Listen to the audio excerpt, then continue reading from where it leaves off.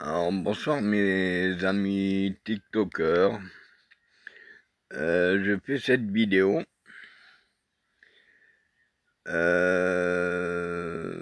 pour soutenir ma nièce, car elle vous a fait une vidéo cet après-midi. Elle est toujours sans traitement médical pour sa fibromyalgie stade 4, très grave, ainsi que son diabète type 2. Donc elle a repoussé un coup de gueule. Et moi, je suis derrière. Le problème, oui, moi, par téléconsultation, mon traitement médical pour le cœur a été renouvelé, naturellement.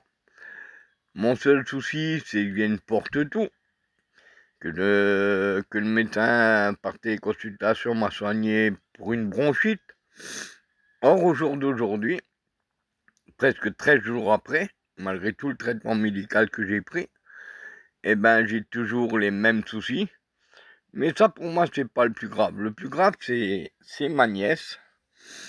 Et là, mes amis TikTokers, tous ceux qui me suivent depuis maintenant plus d'1 an, je vais avoir besoin de vous. Car la vidéo qu'elle a mise, elle est poignante. Quand je l'ai écoutée, j'en avais un peu les larmes aux yeux. Car ça fait mal de voir quelqu'un à qui l'on tient, comme la prunelle de ses yeux, car ma nièce, pour moi, c'est comme ma fille. Et qu'on ne peut rien faire, qu'on est pieds et mains liés. Je l'ai dit hier, notre brave président, là, toi Macron, il faudrait peut-être que tu commences à t'occuper de ces citoyens, que tu laisses un peu l'extérieur tranquille. Car en France, nous n'avons plus de sécurité. Nous ne pouvons plus nous soigner. Nous ne pouvons plus manger correctement et dignement. Pour la scolarité, c'est idem, les budgets sont diminués. Pour les hôpitaux, ils sont en souffrance. Tout ça à cause d'un connard comme toi qui ferme les lits. Et où il faut attendre, comme j'ai vu dans les informations, une grand-mère de 99 ans qui est restée 64 heures aux urgences sur un brancard. Honte à toi, espèce de guignol que tu es. Et ton gouvernement de voleurs et de pourris boit les guerres mieux. Il est vrai que on va passer à la vitesse supérieure. Parce que pour moi, trop c'est trop. Heureusement que nous avons les réseaux sociaux pour partager et pour essayer de dénoncer les inégalités de ce qui se passe au jour d'aujourd'hui en France. Des retraités qui dorment dans les voitures et qui meurent. Alors qu'en même temps, notre brave monarque et son gouvernement pourri, logent gratuitement les migrants, les clandestins. Eux, ils ont tout. Et nous, les Français, on n'a rien. Nos anciens se sont battus dans la Première Guerre mondiale, où il y a eu énormément de morts. La Deuxième Guerre mondiale, où si nous sommes français au jour d'aujourd'hui, c'est grâce à nos anciens qui ont perdu la vie. Et surtout, grâce à nos amis russes, qui ont perdu plus de 20 millions de soldats pour libérer l'Europe des nazis. Donc vous comprendrez au jour d'aujourd'hui ma colère. Lorsqu'on voit que pour aller dans une maison médicale, on vous demande déjà de remplir un dossier, de fournir dossier médical, ça c'est logique. Mais fournir les papiers d'identité, comme si on demandait un prêt bancaire ou comme si on faisait un prêt pour une voiture. Donc il faut arrêter un petit peu, quoi.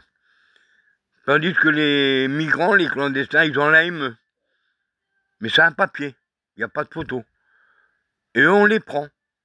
Et nous, les Français, on nous laisse crever. Donc, vous comprenez que ça, je ne peux pas accepter. Donc, cette bagarre, je l'amène beaucoup pour ma nièce. Croyez-moi. Elle a du sang polonais tout comme moi. Mais il ne faut pas oublier que son papa était parachutiste. Moi, mon papa était légionnaire. Et là, les guignols qui nous dirigent aujourd'hui, ben, il va falloir qu'ils se méfient de nous. Parce que personne, personne, nous fera mettre à genoux. Personne. Parce que nous, entre les jambes, on a ce qu'il faut. Maintenant, les politiciens de merde, là, qui soutiennent tous ces racailles, je ne vais pas citer les noms parce que ça me fait mal. Eh ben, regardez un peu ce qui s'est passé dans les années 80, où à ce moment-là, j'étais au Parti communiste. Georges Marchais parlait déjà d'une immigration qu'il fallait arrêter, parce qu'il y avait plus de 2 millions de chômeurs.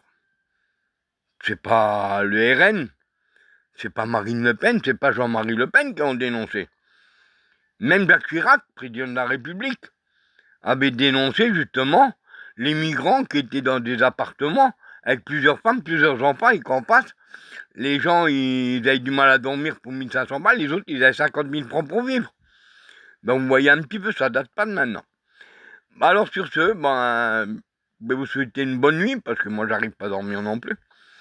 Et puis je vous dis à très bientôt, parce que je vous ai dit que je ferai des vidéos.